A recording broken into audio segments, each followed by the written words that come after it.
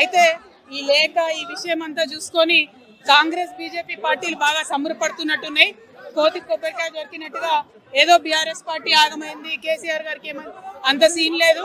మా నాయకుడు కేసీఆర్ గారే.